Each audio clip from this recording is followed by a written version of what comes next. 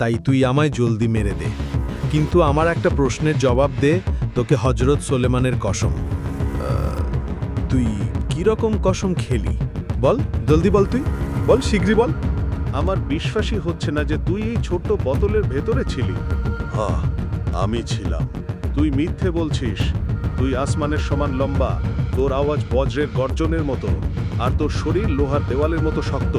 আরে তোর পায়ের একটা আঙুলই বোতলে ঢুকবে না, তবে তোর শরীর কি করে এর মধ্যে থাকতে পারে?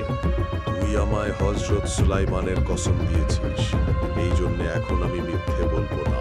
কিন্তু যতক্ষণ না আমি নিজের চোখে দেখছি ততক্ষণ আমি বিশ্বাস করব না। দেখ, মানুষের জাত দেখ, বিশ্বাস কর।